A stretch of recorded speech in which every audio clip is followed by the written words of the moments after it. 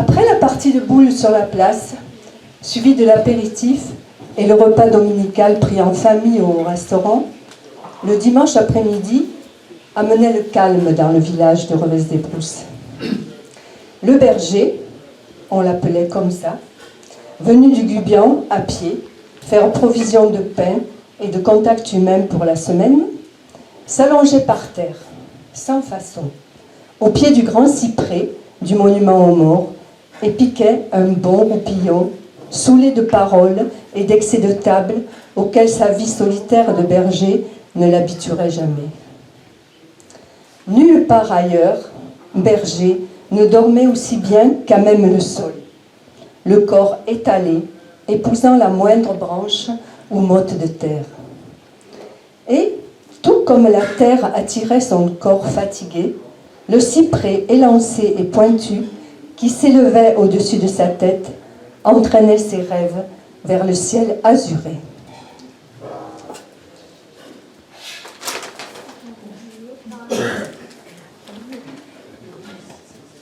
C'est un soir d'été sur la place du village. Après le repas, les villageois ont fui leur maison surchauffée, laissant les fenêtres ouvertes pour que la fraîcheur de la nuit renouvelle l'air étouffant de la journée.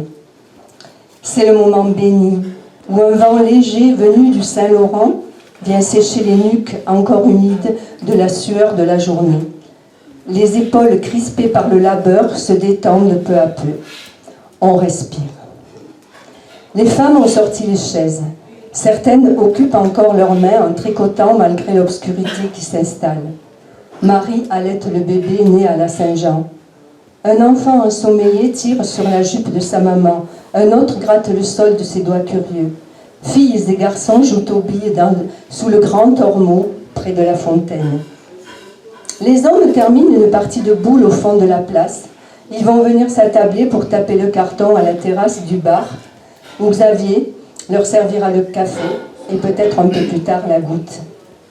Les corps se décontractent sur les chaises, les langues se délient, les rires refusent, on sort les cartes et bientôt toute la place bruisse de la rumeur villageoise.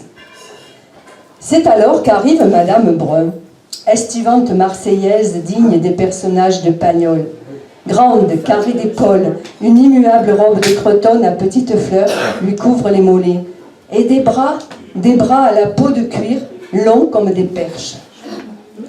À la lumière de la terrasse du bar, l'ombre de ses immenses bras qu'elle agite pour animer le récit qu'elle offre à tout le public fasciné, se répand sur le feuillage de leurs mots comme les bras d'une pieuvre.